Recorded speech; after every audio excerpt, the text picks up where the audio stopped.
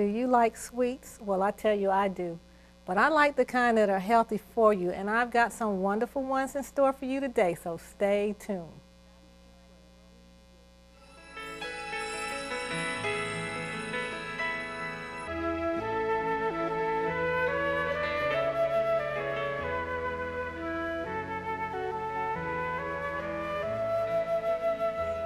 Well, I think it's time for us to go to our first recipe, and I'm going to share with you a key lime pie. Now this is a very simple recipe and it's so quick and easy to make at home. Now I pre-blended some tofu and I'm going to mix it with the pudding mate, and I'm also going to put lime juice in. Like I said, the juice of 2 limes. Now you can use more limes if you like, but the more you use the limes, if you use too many, it's going to make the pie inconsistent. In other words, it's going to be a little bit too watery, and that's not the effect that you want to get. So we'll go ahead and put in the pudding mix. I'm going to use 2 since I used 2 tofus. I'm going to cut my limes, and remember, whenever you're working with lemons and limes, make sure to take the seeds out because you don't want it in. It'll make the taste too bitter, and that's not what you want. And I'm poking through here to see if I see any seeds, and I don't, so I think it's pretty much safe to put this inside of my mixture. Let's kind of pre-stir that up a little, and then we'll let the blender do the rest for us. Okay, that should do it. All right, and we're going to take this off and spoon it into our pie crust.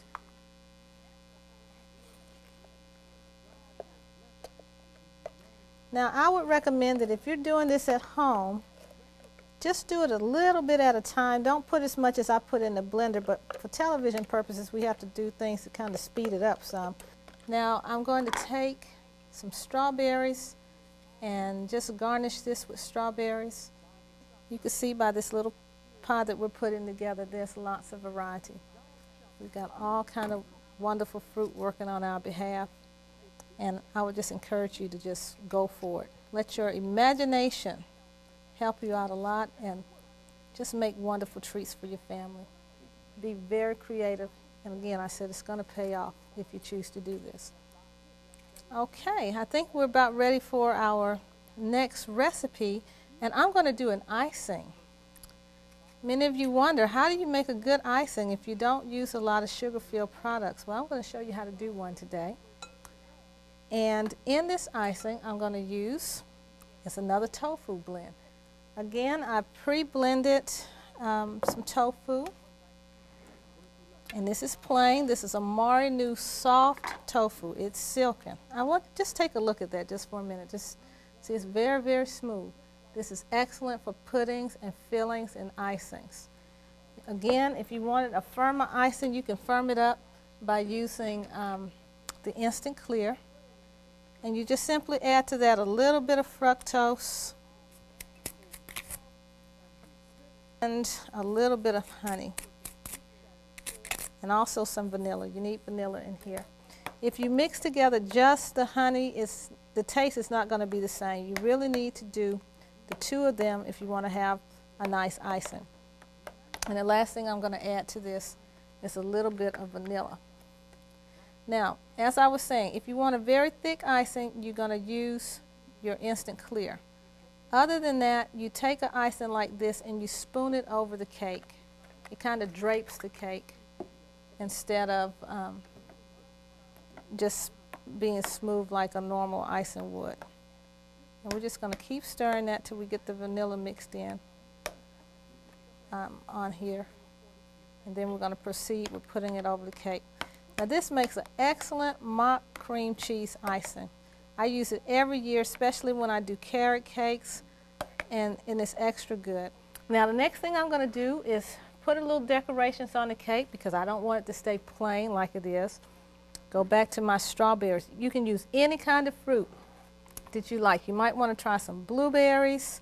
You might want to try bananas. Oh, bananas do wonders for cakes. I love putting bananas on cakes. and just do it up. But today we're going to use strawberries and we're going to use pineapples because I thought that that would make a very, very pretty presentation. Very pretty presentation. I love cooking this way. I wouldn't trade it for the world. And then the last thing I'm going to do, I brought some nuts and I'm going to sprinkle those around the cake. Nuts add a lot of flavor and they add a lot of uniqueness to your presentation. So we'll just kind of sprinkle those on. Some of them I have to break up a little finer. These are from my neighbor's yard. I just love him. Once a year he sends us a big bag full of pecans and I really enjoy it. Now we're going to go ahead and try to get some pineapples put on here. And I'm going to go in between the strawberries. Just a few pineapples. Normally I would drain these, but because we're under the lights, I didn't want it to dry the pineapples out. So I left them in the juice. But it's always good to drain them because the liquid will affect whatever you're trying to put together.